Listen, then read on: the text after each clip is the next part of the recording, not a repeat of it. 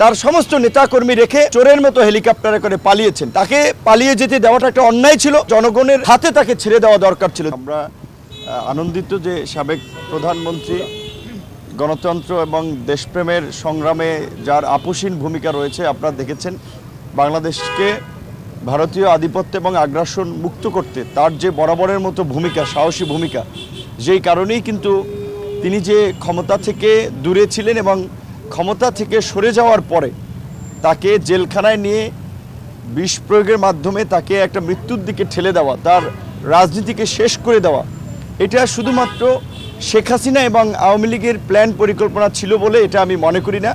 এটা নিশ্চয়ই বাংলাদেশে আগ্রাসন চালানোর জন্য ভারতেরও একটা সমর্থন ছিল, যার ফলেই তিনি একেবারেই সমস্ত রাজনৈতিক দল, দেশের মানুষ, এমনকি আমাদের অনেক বিদেশি রাষ্ট্র যখন বলছিল যে উন্নত চিকিৎসার জন্য তাদের দেশে যদি সাবেক প্রধানমন্ত্রী বেগম খালেদা জিয়া যান তাকে তারা চিকিৎসা ক্ষেত্রে সহযোগিতা করবেন, কিন্তু বাংলাদেশে ইন্ডিয়ান হাইকমিশন কখনোই খালেদা জিয়ার চিকিৎসার প্রশ্নে কিংবা বাংলাদেশে অবাধ, সুষ্ঠু, নিরপেক্ষ একটা নির্বাচনের প্রশ্নে দেখবেন কখনোই তাদের অবস্থান পরিষ্কার করে নাই।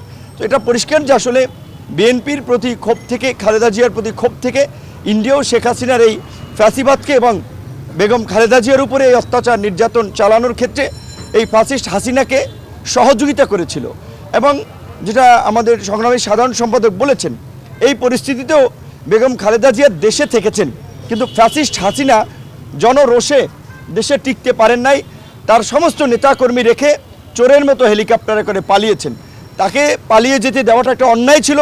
আমি মনে করি যে জনগণের হাতে তাকে ছেড়ে দেওয়া দরকার ছিল, যেই কারণে আমরা এই সমাবেশ, মিছিল, প্রোগ্রামের মাধ্যমে বারবার আহ্বান জানিয়েছি ইন্ডিয়ার কাছে বন্দি বিনিময় চুক্তির মাধ্যমে যেন শেখ হাসিনাকে ফিরিয়ে দেওয়া হয়, বাংলাদেশের আইন আদালতে যেন শেখ হাসিনার সর্বোচ্চ শাস্তি, এই গণহত্যা চালানো অভিযোগে তাকে যেন ফাঁসিতে ঝুলানো হয়। আজকে এই সাবেক প্রধানমন্ত্রী বেগম খালেদা জিয়া এই সাম্প্রতিক আন্দোলনে তরুণদের প্রশংসা করেছেন এবং বিশেষ করে তরুণ তথা রাজনীতিবিদদেরকে লোভ লালসার ঊর্ধ্বে থেকে এক হয়ে দেশ গঠনের কাজ করার জন্য আহ্বান জানিয়েছেন।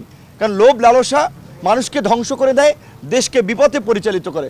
কাজেই তিনি বিশেষ করে এই বিষয়টির উপরে জোর দিয়েছেন যে এখনকার রাজনীতিবিদ এবং মানুষকে লোভ লালসার ঊর্ধ্বে থেকে দেশপ্রেমের জায়গা থেকে কাজ করতে হবে, দেশ গঠনে সবাইকে ঐক্যবদ্ধ হয়ে একসাথে কাজ করতে হবে। তিনি দোয়া চেয়েছেন এবং তিনি তরুণদেরকে